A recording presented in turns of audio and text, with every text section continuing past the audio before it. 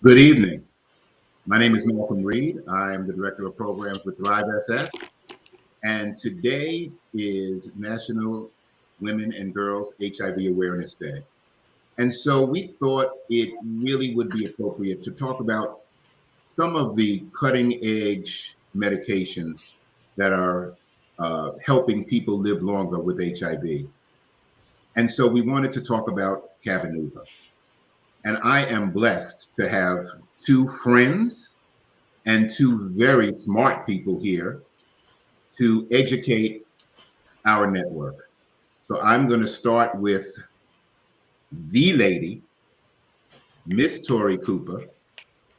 So Tori, introduce yourself to the crowd, to the audience, to the crowd. The big crowd that's out there. To the Introduce peoples. to the audience, and tell them who you are and whatever else you want to say. All right. So thank you so much. Thank you, Thrive SS. Thank you, Malcolm. Thank you, Daniel. Such an honor to be here with my brothers in the fight, my brothers on the dance floor, for those who don't know. And folks, you're two folks who I greatly admire. And I mean that from the bottom of my heart. So yeah, we're here on Women and Girls National HIV Awareness Day, really to have a conversation. I think the biggest takeaway we want for folks from this conversation is to know that there are options. That if you're a person living with HIV, particularly a woman or a girl who's living with HIV, that there are options. You don't have to suffer in silence. You don't have to take medicines that are going to pull your hair out and drop your uterus, but that there are options. There are treatment options. There are options on how you can take care of yourself, and there are options on creating the support systems that you'll need. So by day, I'm the Director of Community Engagement at the Human Rights Campaign, and at night and on weekends, and sometimes at 7 o'clock in the morning, I'm just a kick-ass advocate who's making sure that Black women's voices are heard and that trans people are included in conversations and also in answers. Thank you so much. And we appreciate everything you do. And don't forget that sometimes, as you mentioned earlier, sometimes on Friday and Saturday night after 12 o'clock, we're on the dance floor cutting a step. You better know it. Yes, we are. And next we have one of the founders of Thrive SS, one of the reasons why I am here, one of the reasons why I'm doing what I'm doing. And we are so proud to introduce Triple D, as we call him, but who's soon to be, as I mentioned earlier, soon to be Quad D, Daniel D. Griffin. Daniel, welcome.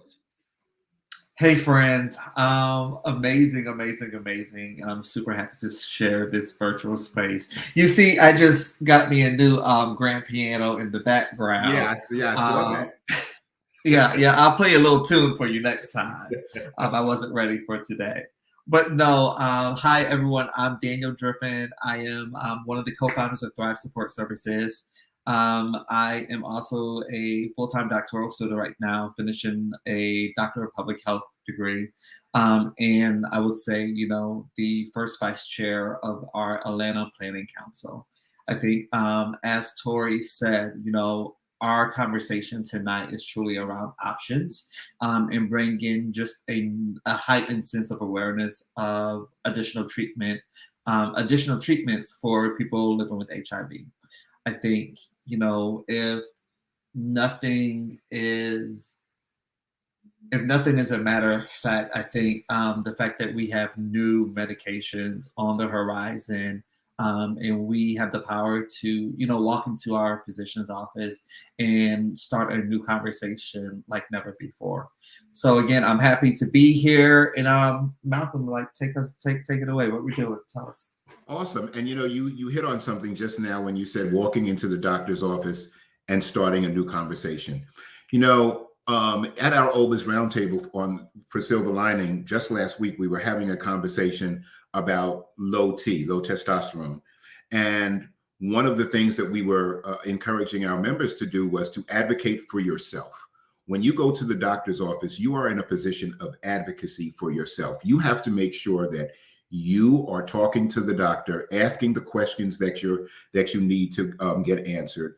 Make sure that you walk in there with a piece of paper in your hand with the list of the questions and the things that you want to talk to your doctor about, because your doctor's going to walk into the room and go, okay, patient number 1, 2, 3, 4, 5. Let me get this. Let me get this. I got to draw blood. I got to do this. Okay, thank you very much. Goodbye.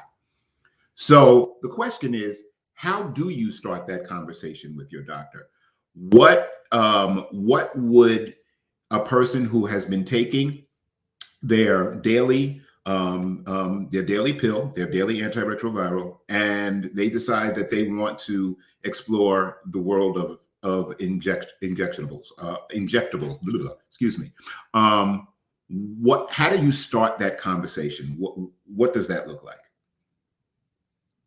So I would say this is what I offer to people.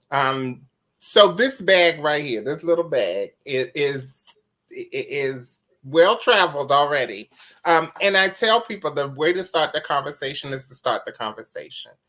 Talk to your doctor. We've already determined that this conversation, a big part of it is about options. So talk to your provider, because it may not be a doctor, but talk to your provider about what options are best for you.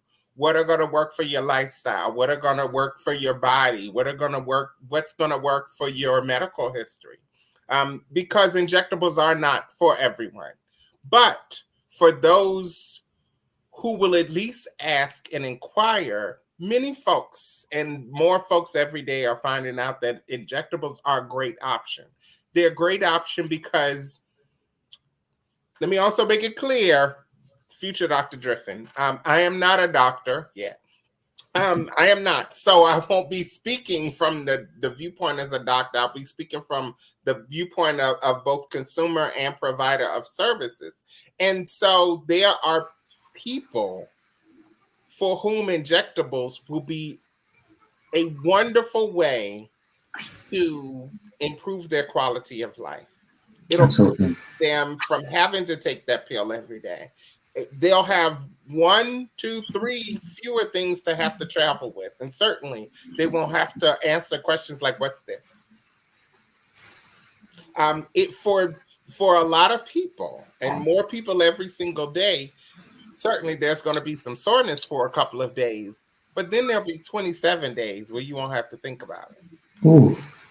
Or perhaps 57 days that you don't have to think about HIV medicine until your next appointment again. Because a lot of people will certainly a lot of people will get their injectables once a month, but there are going to be a lot of people who only do them every 2 months. And who knows what the next phase is going to look like.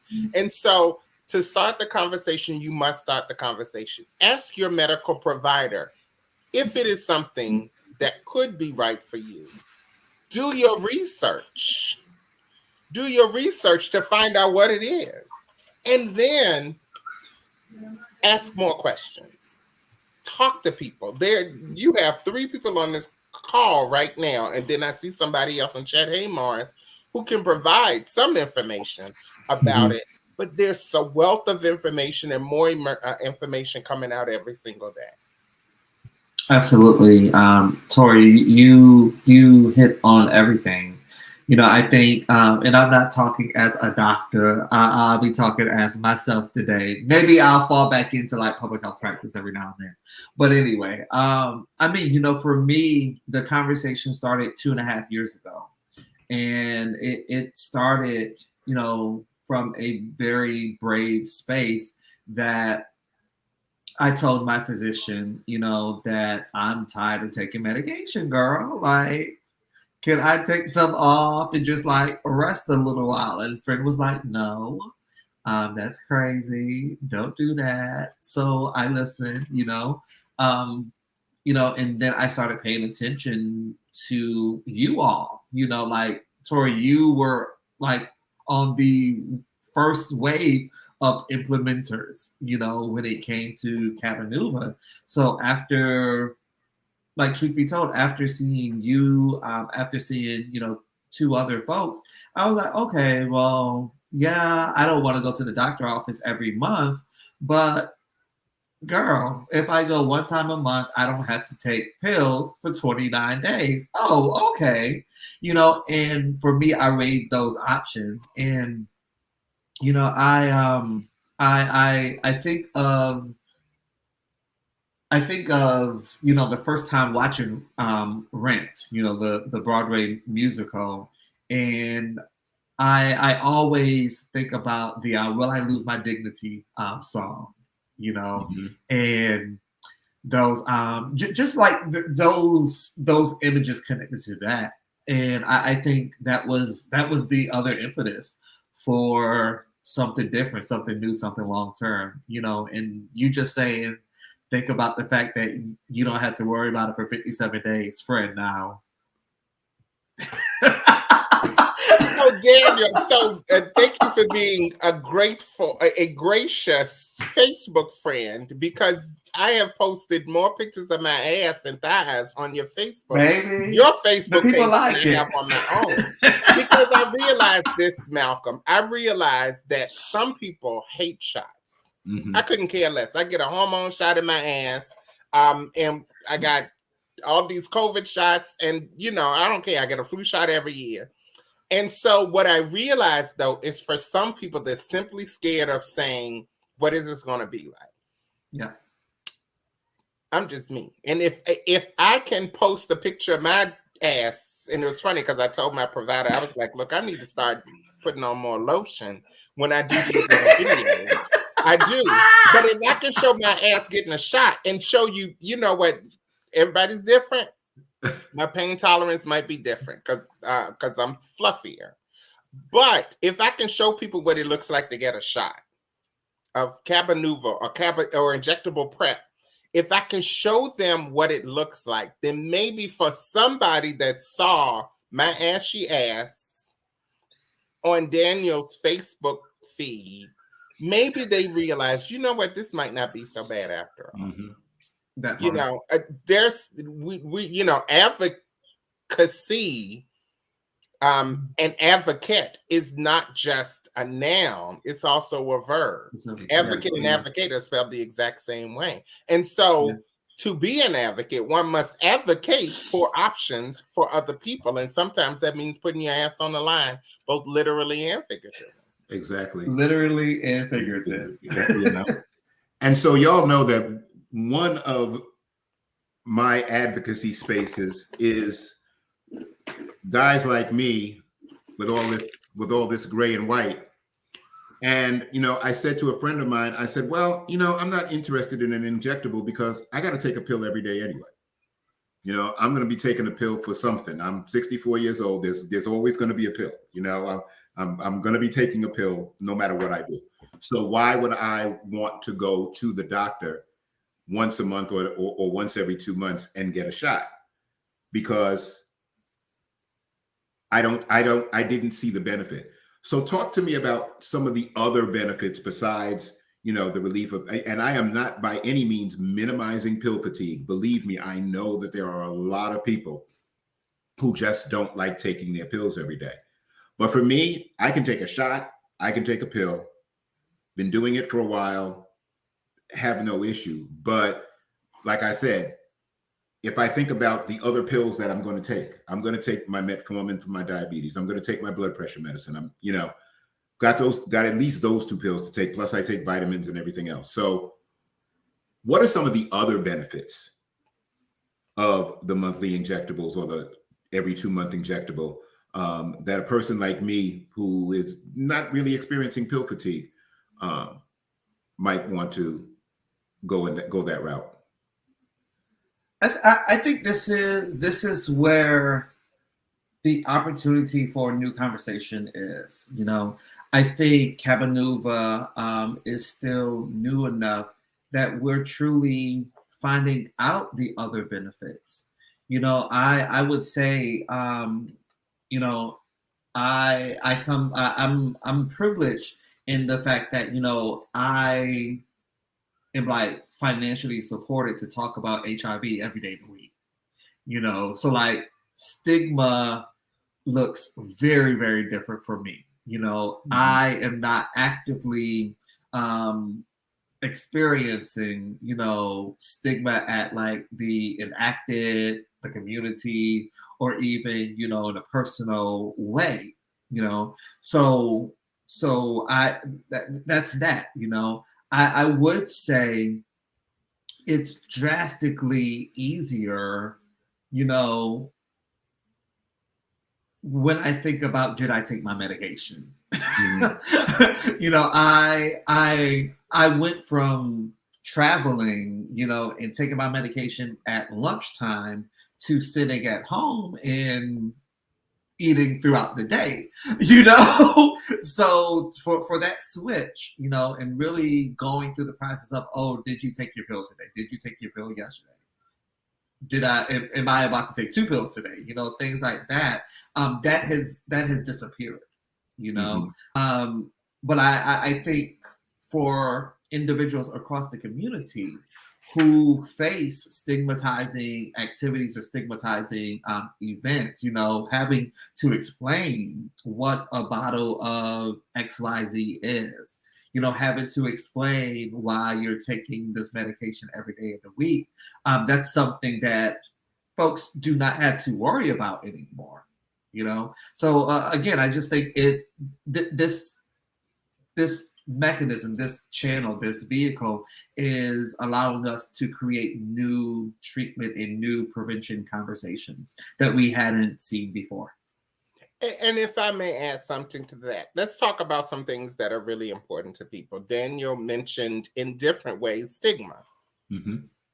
Stigma, not just how others feel about an HIV diagnosis, but how a person with HIV feels about their diagnosis. And that's real and it's important to people. But I will also say, again, I'm not a doctor, I'm a provider of services, that one of the things in conversations that I've had with people who are doing injectables, this is what is coming up. I don't think there's a single person who I've spoken with about cholesterol who has not said that their cholesterol levels have gone down since they've been on Cabenuva. Not one person who've had that conversation with. I also have not spoken to anyone who has not said that they've had better kidney function based on their lab reports from having taken Cabenuva. One of the most amazing things is that every person that I have spoken with the exception of not one, who is now on Cabenuva, who has been on Cabenuva for at least 2 injections, has reported an increase in their sex drive. Now, I want to make this abundantly clear. I don't know if it's Cabenuva that's doing it or if it was the pills that was reducing their sex drives, where now that they're not doing the pills anymore, they've noticed an increase. Why are you laughing, Daniel? Because we've talked about this too. So what I did was, Daniel and I just mentioned some things that are important to people. All of these things might not be important to you, but some of these things or one of these things might be. Not a medical doctor, but if any of these things are important to you, then it's important to have these conversations. It's important for you to know that there could be options available to you. Yeah, I think that's the most important thing. I think it is around the impetus to have the conversations. If you have it on your mind, I say bring it out to your provider. Malcolm started the conversation with taking 1 to 3 things on a piece of paper. Like we all have these in our hand. Open it up, jot it down in your note section, and take it in your note section. And I promise you, as you do those types of things, your relationship with your provider will change. I cannot tell you the number of folks that I hear in like technical assistance sessions that say every day of the week, I just want my patients to talk more, In the same breath, I'm like, well, girl, your patients want you to talk more too. So like, let's both take the step. But again, it's about the conversations that we now have the opportunity to have.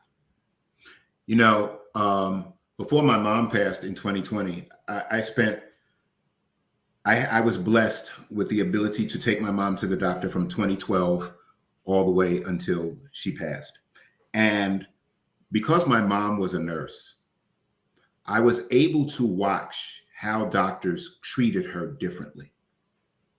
You know, even at times when we'd go to the emergency room, you know, the doctor didn't really know her. And the doctor came in with, okay, patient 1, 2, 3, 4, 5. And they would start asking her questions. Mrs. Redmond, what's wrong with you? Well, I'm having this pain, but I know that that's because of my congestive heart failure. And when my potassium levels go down and blah, blah, blah. Suddenly the doctor was like, wait, what? And Miss Redmond, are you a doctor? She said, no, but I was an RN for 50 years. And suddenly she got the best care. They remembered her when she came back, you know. And I tell people all the time, if you just have that, you know, start a conversation with your doctor. You don't have to know all the medical terminology, but if you are asking questions that make sense, that the doctor can say, okay, Mr. Reid is really concerned about his testosterone level. Mr. Reid is concerned about the fact that he, you know, there's heart disease in his family. He's really concerned about whatever. It's easier to have that conversation. And you have to remember that that doctor is working for you. And their job is to make sure that you have a decent quality of life and that you are cared for. So you have to make sure that you are having a good conversation with them. So I appreciate that. So let's switch for a minute. So let's talk about cost, accessibility. We know that, you know, in the work that we do, that access to care is a problem in some areas.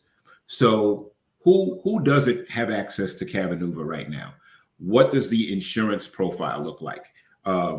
What's happening as far as Ryan White and some of the other services? Can everybody get Cabenuva, or are some people still waiting in line? Go. So here's, I wasn't going to curse until the end of the program, but I might now. So here's a problem. Everybody right now on March 10th, 2020, cannot get Cabenuva. That's why it's important to talk to your provider to see if you can. From my understanding, and again, I had this conversation earlier today, if you're on Ryan White's, if you're on the ADAP program, it's not yet approved. Probably. Okay. But that's where being advocates and having a relationship, having conversations and talking with your medical provider and staff and social workers and case management comes in, because there was a time when other medications weren't approved either. Right. But it was because people who are living with HIV were very insistent upon this is something that we need. So if you see this as an option, then it's important to have that conversation. Because if you don't talk about it, then they might not know you even are interested. Mm-hmm. All right. So if you have private insurance, I don't know. Well, I know all private insurance initially will not approve it. However, again, that's why it's important to have these conversations. And if I can, before I give it over to Daniel, it's also important to have these I know we're talking about Cabenuva, but that also goes for injectable cabotegravir as well, because I look at those as being two versions of something that's very, very similar. Cabenuva is for people who is an injectable for people who are living with HIV. Cabotegravir is an injectable for people to use as prevention against HIV. Mm-hmm. And when one is going to be approved, I imagine that both will be. So it's important to have those conversations. If you're a person who's living with HIV, if you are what the CDC and public officials consider a person who's at highest risk for HIV, or if you just want to add just an additional level of protection and some additional options to your regimen. Okay. Yes, all those things. Like she's the expert. I'm just here to say she's right. Okay.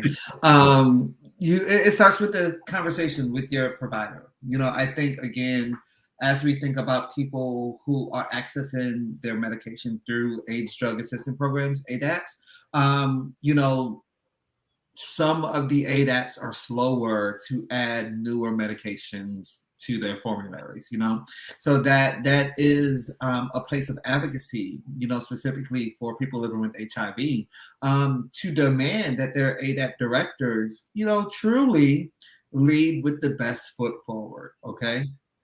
I think one other option, thinking about private health insurance, again, like as a person living with HIV, you can no longer be denied for private health insurance, right? And that's as a result of the Affordable Care Act. Ryan White, Part B, okay, Ryan White programs, the programs that take care of more than half of people living with HIV here in the nation, will actually pay your monthly premiums to have health insurance. Okay? Say that one again. Mm-hmm. Ryan White, okay, the HIV/AIDS program will pay monthly premiums to ensure that you have health insurance, So you go from just having your HIV care taken care of to your whole body taken care of, So like even there's advocacy around that to ensure that, all of our brothers, all of our sisters who are impacted by HIV know that, and I definitely think that lends itself the opportunity to ensure, Cabenuva or the newest HIV medication is available to you for you to be the healthiest. And Malcolm, what we're doing is we're providing an opportunity for people to increase their health literacy, which is what you were describing with your mom, that she knew certain words and phrases to describe her own health. And so part of what all three of us and everybody at Thrive does, and a lot of other amazing advocates across the country and just regular everyday folks who are taking their medicine, what we're doing is we are increasing people's health literacy. And that doesn't just mean knowing the difference between taking with food or taking with a meal, because that's health literacy. It also means knowing which options are available for you and are the best for you. That's part of health literacy as well. That also means when a doctor says take that also means all of the things that you were just, I was going to say something and then I decided not to. But all of this is part of health literacy. It's also understanding what undetectable means, and how it helps you to be undetectable. How being, that I wrote down TASK because that's one of my favorite terms, TASK, which is an acronym, because in public health, we love acronyms, which is treatment as prevention, which was, in my opinion, it's like the forerunner of U equals U, which means undetectable equals untransmittable. Treatment as prevention is saying that if you are a person who has taken their medicine as prescribed, and that you're taking it the way it's supposed to be taken and taking it faithfully and regularly and doing what you can, then what you're doing is you're preventing somebody else from getting HIV. And the next phase, that's part of health literacy. And the next phase of that is saying that because you're treating your HIV as a preventative measure, that you then get to that magical goal of undetectable viral load, which means that that you are then uninfectious, which is a word people don't like to use, but that's a way to think about it. That your HIV is untransmittable, which means I don't care how much HIV you got, how long you've had it, that your U equals U, your undetectable viral load, your consistent undetectable viral load means that you cannot, C-A-N-N-O-T, C-A-N''T, can't, C-A-N-T, pass HIV along to your sexual partners. What in the world is that saying? That's saying take your medicine. That's saying that for some people, Cabenuva is an option to help to make that a reality. Awesome. Thank you. So let's talk about what that journey looks like between the time that you have that conversation with your doctor and the doctor says, you know what, you are a good candidate for Cabenuva. What is the next step? Do you just stop taking your medicine and then wait 2 months and go get a shot? What does that look like? Please don't. No, no, baby, don't do that. Of course, Don't go I that said route. that. I said that for a fact, right? No, baby. I'll just stop, and I'm going to go and get a shot in 2 months. Yeah. So for me, after having the conversation with my provider, I think my next appointment was probably in November or so. And at that appointment, we decided to begin the process to make the switch. So the first steps was, I think he did a patient assistance application on my behalf to the pharmaceutical company, so ViiV Healthcare, saying, this person would like to take Cabenuva. On the same time, he began the process of a prior authorization with my health insurance company to ensure that my health insurance will cover the medication. Okay. For some reason, everybody was working that day, and it was approved. Okay. And he calls me back and he's like, oh, it was approved like the next week. Wow. Okay. So that triggered me coming back in and Tori, show your bag. Get your bag for me, baby. Okay. So that triggered me receiving one of those bags that Tori just showed. And inside of the bag, it was a welcome letter, a little welcome pamphlet, in bilingual, and 2 medications. It was the cabotegravir pill, and it was a pill of repivirine. Because again, as a person living with HIV, you need at least 2 medications from different classes to have an effective treatment. Okay. So for 28 days, I took 2 pills, getting me ready to take the first injection. Okay. So I started my pill taking on December the 18th. Thus, I took my first injection on January 18th. The first injection is it's a loading dose, so it's like more medicine basically. And again, that's where you lay on the table, ass in the air, and get 2 shots on either side of, your hip.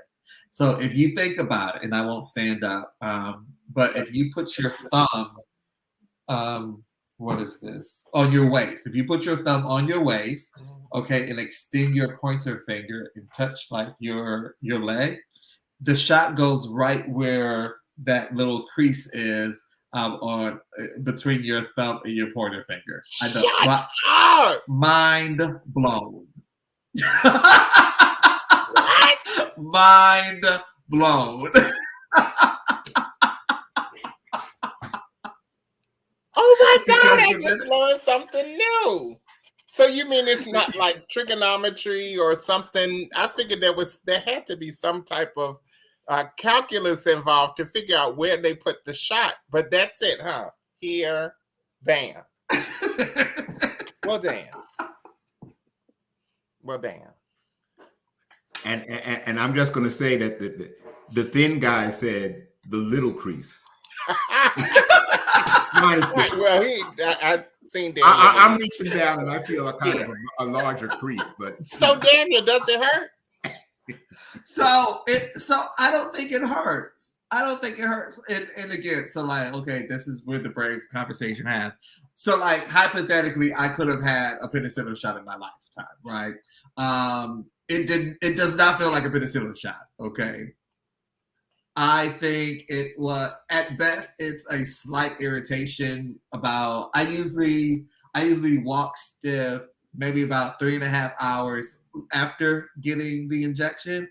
And I'm a little like, I notice that I'm walking stiff probably for the next day. Okay. But after that, baby, I'm good again.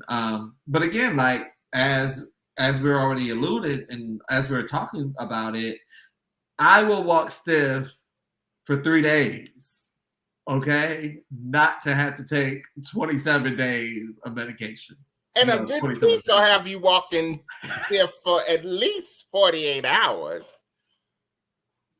Say that again. Oh, I mean me. I'm sorry, me. I don't know. I apologize because Malcolm's married. I apologize. Me. If I'm lucky. So you take so the first dose is 2 shots. It's a loading dose, so it's 2 shots. So it's 2 shots. We call it the shot, but it's actually 2 shots. It's always 2 shots. Mm-hmm. Yeah. Okay. The first dose, the very first shot, which is 2 shots, is a higher dose. Okay. Mm-hmm. Okay. Yeah. And so what determines every 2 months, every month? So that is, and that may be determined by your insurance company. Because again, the every other month is a heavier dose. It's a bigger dose because again, it's spanning the time. Okay. Mm-hmm. So if you go the route of every 2 months, based on what my physician told me, it would be basically you're getting the loading dose every time. Okay. Okay, I got you. So I would say the insurance company, and respectfully add also your labs. Yeah, in your labs, absolutely. We want to make sure that we add that in. Your labs will help to dictate how often you're doing this. Absolutely. But again, for some people, that every 60 days, it's going to be a very, very viable option. Okay. So let's talk about a person who travels and they know that they get their shots on every other month on the 28th, and they just booked a trip and they forgot that it's the 28th and they're going to be out of town. They may be out of town for 5 days. So what is the longest that you can extend that out? And what happens if you miss a shot? Don't make me do this. Don't give the people the option to start missing your doses already. No. So there is a little wiggle room. Okay. Again, the conversation is being the healthiest that you can be. Mm-hmm. Okay. And you do not want to, begin to walk into that wiggle room area. Okay. Right. I would say you can take your shot 7 days early. I think my provider told me up to 7 days early. And I don't remember how many days on the backside. But again, the most important thing is taking your shots routinely. Right. Should you miss it, Tori, help me out. Okay. So Hermione Bell of Bell Primary is my medical provider. She does, this is a little plug for her because she takes good care of me. So Hermione Bell, she does primary care. She does trans-related care. She does care for people who are living with HIV, also for people who are not living with HIV. She's also going to be one of the preeminent PrEP providers very, very soon. Injectable PrEP. Just wanted to say that, throw that out there. But from my understanding, and again, it will be inside of your little packet, if you're a medical provider or a provider of services, because I'm not a medical provider, I'm a provider of services. And you get one of these little info packs, you'll see it. Daniel was right. You have 7 days before, I think the date that you gave in your scenario was the 28th. So basically you would have from the 21st to the 28th of the following month to go in. Okay. And there's almost, or perhaps the equivalent of amount of time after as well.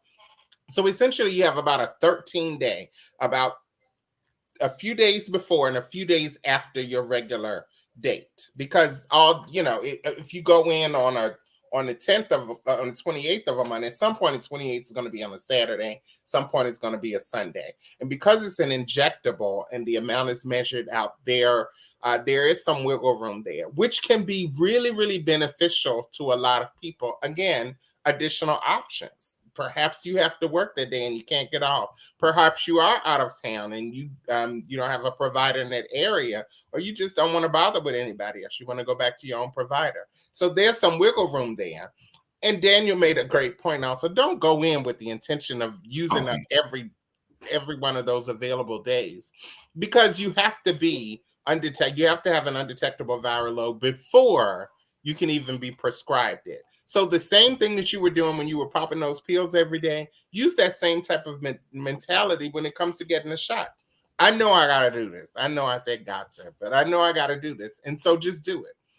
You have some wiggle room, and the wiggle room is that you're not going to get sick because you came in 2 days early or 3 days late. That's not going to happen. So plan ahead. It's good. I encourage people, just as a part of their health routine. Now, most of the folks that I work with when I was Atlanta-based, most of the folks that I work with were trans individuals. And I always wanted to make sure all my girls and all my boys and all my non-binary people, that we were getting the best care everywhere that we went. If that meant to Wendy's, or if it meant to Morton's, if you were going to Bell Primary Care, or if you were going to Piedmont or Grady, that you're getting the best care that you can. And part of that means knowing what could happen and what options you have going in. That's, again, why this can be a great option for a lot of people. And may I also add one more thing?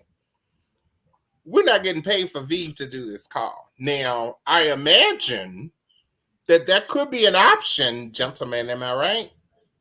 If the it is an option. It is an option. Right, but I want also your folks to understand that we're not being paid by ViiV to have this conversation. This is something that we thought was important for us to speak about, because it impacts our people. This is we're talking to and about our people. Exactly. And I was going to mention later on that Cabenuva is a product of ViiV Healthcare, and I did reach out to ViiV to see if they would have somebody on the call, but they were unable to do that. But and that's fine. But we Thrive SS, we work closely with ViiV on several grants. So full disclosure there, ViiV does fund several of our programs. But that is true. We decided that it was important for our members. It's like you talked about health education, health equity. We want to make sure that our people have the information that they need to live their best life, to thrive while living with HIV, or thrive while being at risk for HIV. So we just wanted to make sure that we had this conversation. And I couldn't think of two better people to have the conversation with. So, Tori, you said one thing that I think I knew, but I think I put it away. And it's clear that you have to have an undetectable viral load in order to be prescribed an injectable. As of right. In order to be prescribed Cabenuva, we should be very specific in this conversation. Yeah. Thank you. Okay. And that's as of right now, which is already so. Go ahead, finish your statement. I don't want to interrupt. No, I was going to say that is incentive, right? Mm-hmm. So for the person who was recently diagnosed and they're taking their pill every day, and they might be experiencing some pill fatigue, early on, they found out that they were living with HIV and they don't like taking pills at all.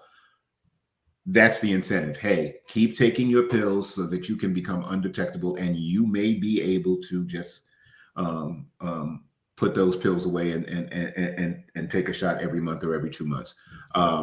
So I see that as something that we can offer. I mean, we can't promise anybody that they're going to be able to get the shot, but it is something that we can talk to people about. And to interject there, I've already started, and I encourage folks and implore people to already begin the advocacy process, the advocacy around even removing that stipulation. Because certainly, again, I'm not a doctor, and I'm not being paid by ViiV to have this conversation. But what I do think as an advocate, that I believe that this could also be a great thing to get people who are newly diagnosed or treatment naive to undetectable statuses as well. Because one, just for many of the same reasons that we already mentioned, Daniel started us off with a great conversation about stigma and about pill fatigue and about having to explain to people what this pill is and this name that ends in, something that sounds like virus. And so imagine if people who are newly diagnosed or new to treatment didn't have to take pills after that first 28 days of taking something like Cabenuva. And then after that, they could simply come in. Because when you're new to treatment, you generally are going to go in and see a medical provider a bit more often anyway. Exactly. So imagine if for 28 days you took the pill form of injectable Cabenuva, and then on the 29th day, you were switched over to the once a month shot. And you were adhering to that, and you showed up for your appointments every 28 days. And then 6 months down the line, you're on once every 2 months. Imagine how we could really change the way that HIV and the epidemic looks for people who look like us. Yeah, I think that's huge, and that is truly like paradigm shifting.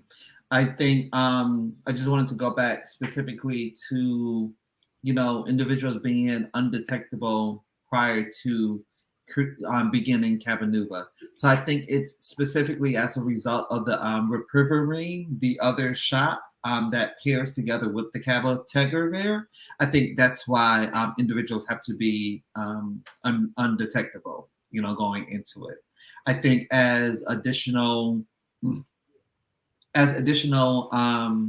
modalities or additional, treatments come to market that will also be used as injectable treatment, I think that stipulation may go away, and I think that's where we will be getting to like immediate adherence, instantly. And I think that will be really, really, really powerful, especially as we think about one of the terms that we used to use every day of the week is our community viral load.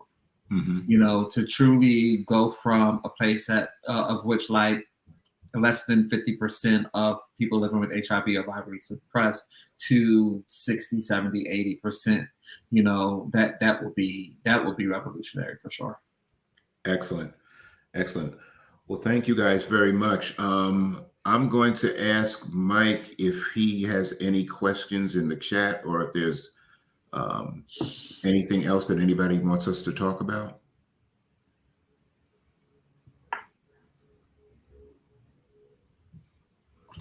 My doctor said that if you miss doses, you can become resistant very fast. I think so. I think so, and again, I think that's why we are stressing the importance of not going into the conversation with, oh, let me use my wiggle room. I think the wiggle room should only be used in dire situations. My birthday is April 25th, and my provider knows I takes a trip for my birthday, and I was there February 18th for my last shot, and I go this upcoming Tuesday. But he was saying, if I stay on the 1 month treatment or go to the 2 month treatment, like, am I going to be in the country to get the shot? And I said, see, friend, this is why I like you. This is why you're my doctor. This is why I keep you for these 13 years. I'm going to come see you before I go out of town. But again, it's really, really, really, really important, staying true to your regimen because you don't want to walk down the path of resistance. You do not have to. For sure. Excellent. Any other questions, Mike? That was a great question, by the way. Great comments, by the way, because resistance is still a real thing, and I certainly don't want anybody to think that Daniel and Malcolm and I are in any way minimizing resistance. We're just making sure that people understand that So in some ways, it is less difficult to become resistant because you got one shot a month, and in some ways, it's more difficult. Did I say that correctly? Yeah, I got what you mean. Yeah, you know what I mean? Because you got one shot a month. Right. And it just make your appointment. Okay. All right. So there are no other questions. I did want to hit on one other thing. As we know, when PrEP, when we first started talking about PrEP, we know that we as advocates had to work very, very hard to get people in our community to get some information about PrEP and to start using PrEP. Are we seeing that same dynamic with Cabenuva and with injectables, even with injectable PrEP? Can I go first, Daniel? Mm-hmm. All right, because I'm chopping at the bit. Because the truth is, we still do. All right, Mm-hmm. I like to navigate the world as just a Black woman, but I am a Black trans woman, a Black woman of trans experience. And when it comes to advocating for PrEP, we still are out here beating bricks. And that's a lot of folks in a lot of different places that are doing that, because PrEP is still not marketing Women and Girls HIV Awareness Day. It's still not marketed for women. And there are far more women who are not understanding how PrEP can benefit them. Mm-hmm. So that's still a problem. Yes. Conversely, that's also, we already see where it's going to be a problem with this, because I know quite a few guys who are doing injectable PrEP already. I know one woman who's doing injectable Cabenuva. One. Certainly there's some that I don't know, because I don't know everybody, but that's a problem. Yeah, you do. I don't know. But I do know a lot of people, and I only know one. I know people who are having the conversations, but because a lot of women don't know. We've talked about this. I've talked about this with my provider, Hermione, and I've talked about this already, even with some folks at ViiV, that the fact that if you've had body work done, which is not just women, let me make sure that we make that clear, but if you've had body work done to your hip and buttocks area, that you can't, at this point, take injectable Cabenuva. That's a problem. Okay. That means if you've had a BBL, theoretically, and this is, I've actually asked these questions. So that means for all of y'all that know, that have seen me from the back, yeah, it's real. But that means you can't take injectable PrEP or Cabenuva. All right. That's a problem, because you're leaving a whole bunch of folks out. Mm-hmm. We know that there's certain prevention and even some treatment for HIV, some antiretroviral therapies that specifically say that they've not been tested on people who were assigned birth as female. Right. That's a problem. All right. So we know that they're I just had to interject that real quick before we go on to the next thing. And so we have to make sure that we get rid of we call them barriers, structural barriers in HIV care systems. We have to get rid of some of those barriers to really make sure that the people who could benefit most from it, if you have children, I hear women all the time saying, I didn't know how to explain to my child that I had HIV. And then they're going to take pills around their kid who can now read a bottle and Google. And so imagine if when you went to get your IUD, or if you went to get your birth control, or if you just went to a checkup once a month and got a shot and went home. Yeah, exactly. Danny, do you want to chime in on that? It's already good. I mean, we gotta continue the fight. Like, enough people aren't using enough Black and brown people, do not know about daily oral PrEP. Enough Black and brown people do not know about long-acting injectables. So we have to continue to do things like this. We have to continue to share it and just make sure that equity is being achieved. When we think about treatment. Exactly. And that's why we do what we do. Well, thank you all. It's 5 minutes to 8. I can give you back some time unless you have some final thoughts, and we can we can let everybody know that we will, Thrive SS, we will continue to do these types of things. I think the next time we will get into more of the injectable prep, and based on what you just said, prep in general, we've just got to, get that word out there as well. So thanks, Morris. We love you too. We love you, Morris. And I make myself very available for questions. I don't care who you are. Now, unless I'm staring up in Trade's face, and y'all know what Trade is. Except at that moment, you can ask me anything you want to about injectable cabotegravir. I promise. All right, you can text me. Don't inbox me on Facebook, because I generally ignore it because it's a bunch of unsolicited penis pictures. And I happen to love penis. I just prefer, solicited ones. But feel free to hit me up and ask me any questions. I will answer them as well as I can, and then provide you information on providers certainly in Atlanta, but anywhere that I know of who can provide a doctor's point of view. Excellent. A queen once says, "I don't want nobody always, okay, hang around me and my man, okay." That's right. Outside of me and my man, okay, I am here to answer any question, comments, or concern. I say it like my uncle Sheldon has said for the last decade. I hide in public. So please, if you have questions, if you want to go deeper with the conversation, do not hesitate. Like, we are here to ensure that our community win. Thank you. I'll be quoting Dr. Feelgood for the rest of the night, child. Don't send me no doctor. Yep. Don't send me no. Exactly. Put me all on these pills, honey. I got a man that make me. Takes away all my pains and my ills. Dr. Feelgood. Dr. Feelgood. All right now. Well, thank you both so much. We appreciate it. And anybody out there listening, if you've got any questions, you can reach me at malcolm@thrivess.org.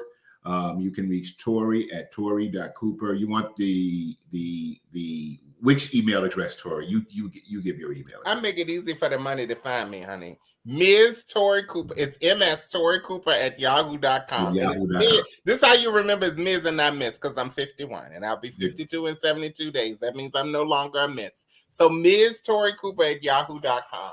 Make it easy for the money to find you, Daniel D. Driffin. Baby, if you punch in Black Gay Boy Atlanta, honey, it'll get to me. Hey, Tori Cooper, HIV. Okay. It's funny because that gets to me. It'll get to me. The money do it. Or you can always call Thrive SS linkage line 404-267-1519 extension 1. And somebody will be there to help you. Thank you all for joining us. Tori, Daniel, thanks a lot. Love you guys. Love you guys. We'll talk soon.